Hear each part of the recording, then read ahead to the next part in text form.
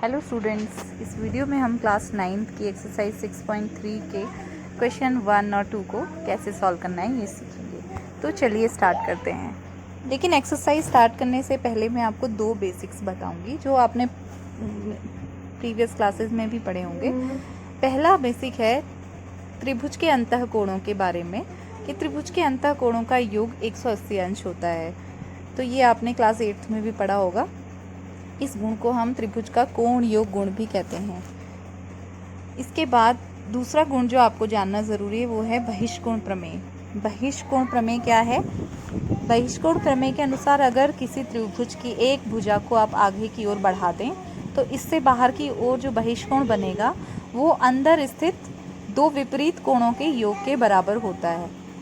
इसका अर्थ क्या हुआ बच्चों? आप इस फिगर से देख सकते हैं। देखो, इसमें एक त्रिभुज ABC बनाया हुआ है जो दूसरे नंबर वाला त्रिभुज है। उसकी भुजा BC को हमने D तक आगे बढ़ाया तो इस प्रकार से बाहर की ओर जो कोण बना, कोण ACD, जिसको Z से दिखाया है हमने, ये बहिष्कोण है। इस बहिष्कोण का मान अंदर स्थित दो विपरीत कोणों के योग के बराबर होता है।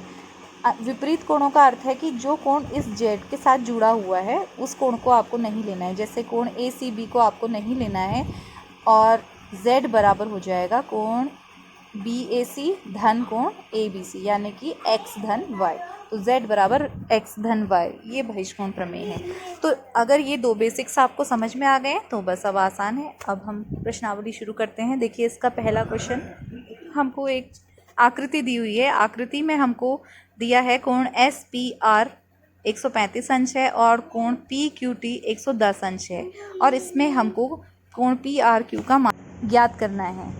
तो हम कैसे सॉल्व करेंगे? देखिए, कोण PQT और कोण PQR, ये दोनों जो कोण हैं ये रेखा RT या RQ पर स्थित हैं, पूरी रेखा पर स्थित हैं, इसीलिए ये एक रैखिक युग्म बना रहे हैं। तो रैखिक युग्म बना रहे हैं का अर्थ क्या होता है? इन दोनों का योग 180 अंश का होना चाहिए। तो इसीलिए कोण PQT और कोण PQR, क्योंकि इन दोनों का योग 180 है, यहाँ से हम कोण PQR को निकाल सकते हैं। हमने कोण PQT के मान को रख दिया 110 अंश प्लस कोण PQR बराबर 180 अंश। अब हम यहाँ से कोण PQR को समीकरण की तरह पक्षांतर 110 का पक्षांतर करके निकाल सकते हैं। तो हमें कोण PQR का मान मिलता है 70 अंश। अब हमको कोण PQR का मान ज्ञात हो गया है।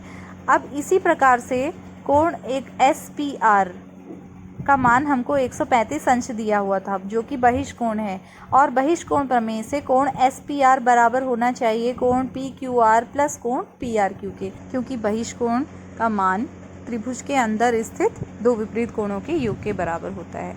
तो इसमें अब आप सारे मान रख दीजिए। कोण SPR की जगह हम रख देंगे 135 बराबर कोण PQR 70 अंश है तो उसकी इस जगह आपने 70 अंश रख दिया, और प्लस कोण PRQ आपको ज्ञात करना है जो अब आप यहाँ से आसानी से निकाल सकते हैं। आप 70 को दूसरी ओर पक्षांतरित कर देंगे तो आपको कोण PRQ का मान मिलेगा 65 अंश। इस प्रकार से इस प्रश्न को आप हल करेंगे। अब देखिए इसी का दूसरा प्रश्न। इस प्रश्न में भी आपको एक आकृति दी हुई है जिसमें आपको कोण X का मान 62 अंश दिया हुआ है और कोण XYZ यानी कि कोण Y का मान 54 अंश दिया हुआ है। साथ ही हमें ये दिया हुआ है कि OY रेखा और OZ रेखा कोण Y और कोण Z की समद्विभाजक है। तो समद्विभाजक का अर्थ हुआ कि OY रेखा कोण Y को दो बराबर भागों में बांटती है, इसी प्रकार से OZ रेखा कोण Z को दो बराबर भागों में बांटती है। तो बच्चों, क्योंकि हमको कोण Y का मान 54 अंश यानी कि 54 अंश दिया हुआ था और OY उसकी समद्विभाजक है, इसीलिए कोण OYZ जो छोटे त्रिभुज के अंदर अंतः कोण बन रहा है उसका मान हो जाएगा 54 का आधा यानी कि 27 अंश। इसी प्रकार से अगर हम कोण Z का मान निकाल लें तो हमको कोण OZY का मान भी मिल जाएगा। तो चलिए स्टार्ट करते हैं। सबसे पहले हम इसमें हमको बड़े त्रिभुज XYZ में, क्योंकि दो कोण दिए हुए हैं और इसके तीनों कोणों का योग 180 अंश होता है, आप जानते हैं, तो इसकी मदद से हम Z का मान निकाल लेंगे। तो हमने यही किया है। x धन y धन z बराबर 180 अंश। यहाँ पर आप x और y की वैल्यू रख दीजिए और z निकालेंगे तो आपको मिलेगा z इक्वल्स टू 64 यानी कि z बराबर 64 अंश। अब क्योंकि आपको कोण Z का मान मिल गया है तो OZ समद्विभाजक है, इसीलिए कोण OZY का मान कितना होगा, पूरे कोण z का आधा। इसीलिए आपको कोण OZY का मान मिलता है 64/2 यानी कि 32 अंश। अब आप छोटे त्रिभुज OYZ में कोण योग गुण लगाएंगे।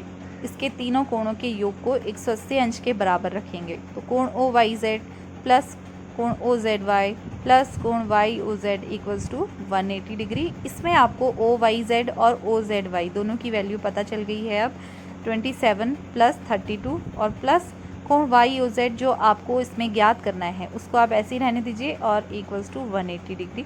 यहाँ से आप समीकरण की तरह इसे हल करेंगे तो कोण YOZ इक्वल्स टू मिलता है 180 माइनस 59 यानी कि 121 डिग्री, और यही आपको इसमें निकालना था। तो इस तरह से इस प्रश्न को आप हल कर सकते हैं। कोई डाउट हो तो आप मुझे कमेंट